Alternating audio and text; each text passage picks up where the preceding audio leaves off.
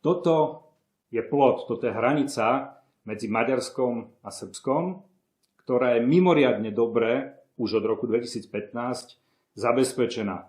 Okrem teda plotu, vysokého plotu s ostnatým drôtom ju chráni polícia a vojaci. Znamená to, že už mnoho rokov reálne cez túto hranicu neprejdú svojvoľne migranti, ale musia sa registrovať na hraniciach v Maďarsku. Čo to znamená?